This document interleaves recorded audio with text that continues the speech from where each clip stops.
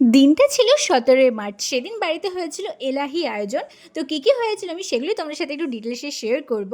তো প্রত্যেক দিনের মতো সকালটা আমার শুরু হয়েছিল এবিসি জুস খেয়ে। তারপর রান্নাঘরে গিয়ে দেখলাম মা অলরেডি এখানে মাটনটা ভালো করে ধুয়ে রেখেছে। আর সাইডে মা চালটাকেও 70% মতো কুক করে নিয়েছে। আজকে বাড়িতে হবে মাটন বিরিয়ানি। আমি একটা কাজের জন্য বাইরে গেছিলাম, তাই বাড়ি এসে দেখছি মা এখানে বিরিয়ানিটা দমে বসিয়ে দিয়েছে, তাই তোমাদের সাথে আর ভিডিওটা আমি শেয়ার করতে পারলাম না। আর এখানে হচ্ছে মাটন কষা, আর আমি একটু বানিয়ে নিলাম রায়তা, কারণ বিরিয়ানির সাথে রায়তা তো খুব ভালোই লাগে। আর ৫-৬ মিনিট দম দিলে আমাদের বিরিয়ানিটা কমপ্লিট হয়ে যাবে, তাই ভাবলাম তাড়াতাড়ি করে স্নান করে আসি, কারণ স্নান করে বসে পড়বো খাবার খেতে। তো দেখো এখানে বিরিয়ানিটা কমপ্লিট হয়ে গেছে। মা আলাদা করে ডিমটা সেদ্ধ করে রেখেছিলো, আমি হাঁড়ির মধ্যে দিয়ে দিলাম তারপরে। তো দেখো মাটনের পিসগুলো দারুণ ছিল। তো আমি বসে পড়লাম এবার খাবার খেতে। মেনুতে রয়েছে মাটন বিরিয়ানি, মাটন কষা, আর রয়েছে হচ্ছে রায়তা।